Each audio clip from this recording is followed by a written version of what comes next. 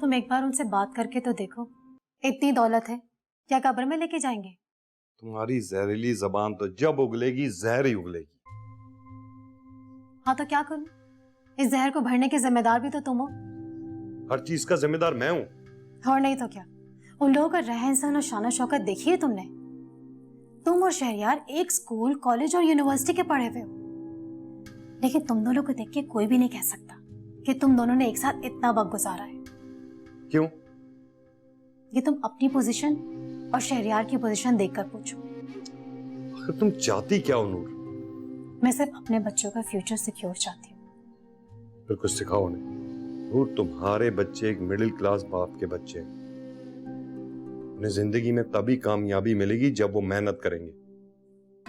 क्यों करे वो मेहनत, जबकि दूसरों को तो ये हाल है कि बगैर मेहनत के दौलत मिले ही जा रही है। दूसरों से कंपेयर मत करो अपनी औलाद को, ना उनके अंदर की नफरत को इतना उजागर करो कि घर के रहे ना खाए। तुम किस तरह की बातें कर रहे हो? तुम उनके बाप हो या दुश्मन? जो नजर आ रहा है वो बोल रहा हूं। बेटा तो हाथ से निकल गया, बेटी की खैर मनाओ। तुम शहरयार से कहो कि वो रोशान को अलग बिजनेस सेटअप करके दे। वो किसी का नौकर बनके नहीं बैठ सकता। नूर, ना मैं इतना बेगैरत हूं और ना ही इतना बेशर्म कि अपने दोस्त से फरमाइशें करता फिरूं। उसने रोशान को साहिर के ऑफिस में असिस्टेंट की जॉब पे रखवा दिया। ये क्या कम एहसान है? तुमसे तो बात करना ही फजूल है, मैं खुद ही बात कर लेती हूँ। कौन समझाए तो?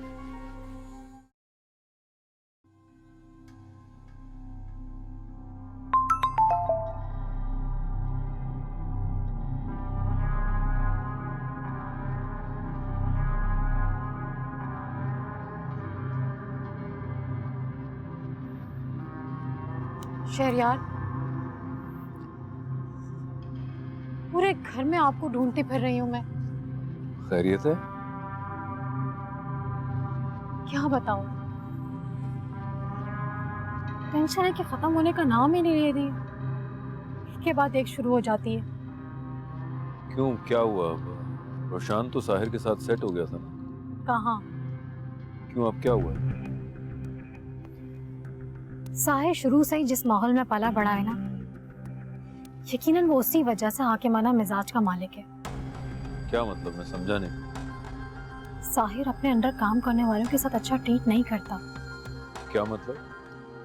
जितना मैं साहिर को जानता हूँ, वो एक मलंग मिजाज, आर्टिस्टिक तबीयत का बंदा है। उसकी नज़र में पैसा, पोजीशन, इन चीज़ों की कोई अहमियत नहीं। वो तो सब ठीक है।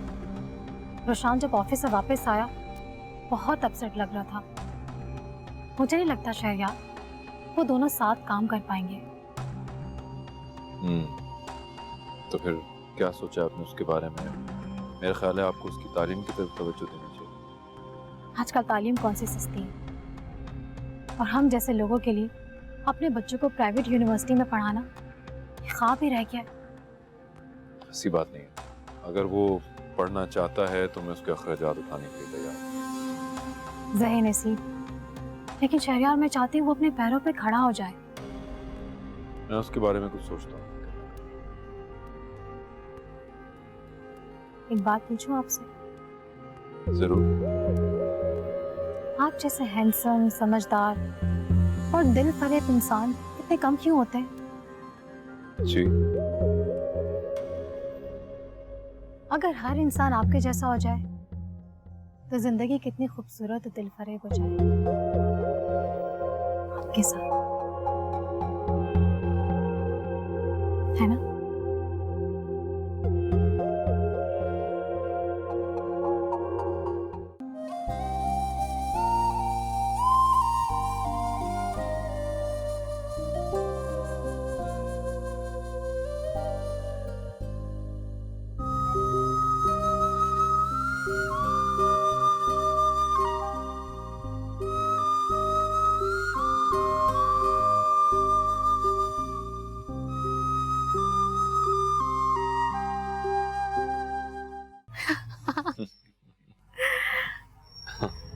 आपकी बातें बिल्कुल ही अलग हैं।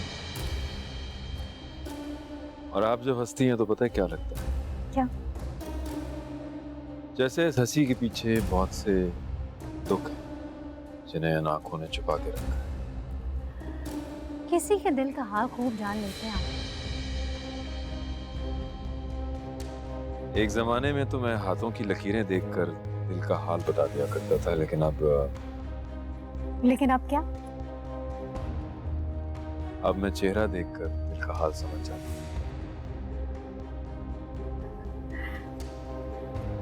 शर्या, देखो इस वक्त आसमान में लातादाद सितारे और उनमें कुछ जोड़े भी हैं।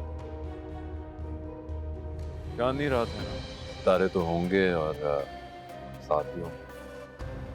और ये सब हमारी गवाही के लिए यहाँ मौजूद है। कुछ आसमान पर और कुछ जमीन पर।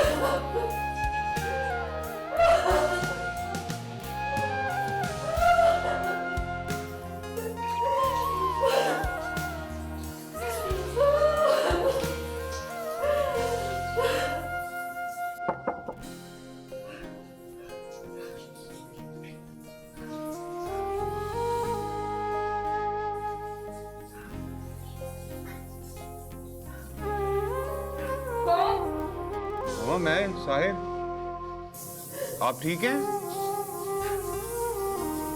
मैं आती हूँ अभी। जल्दी आइएगा, मैं आपका वेट कर रहा हूँ। कुछ बात करनी है आपसे। ठीक है, तुम अपने कमरे में जाओ।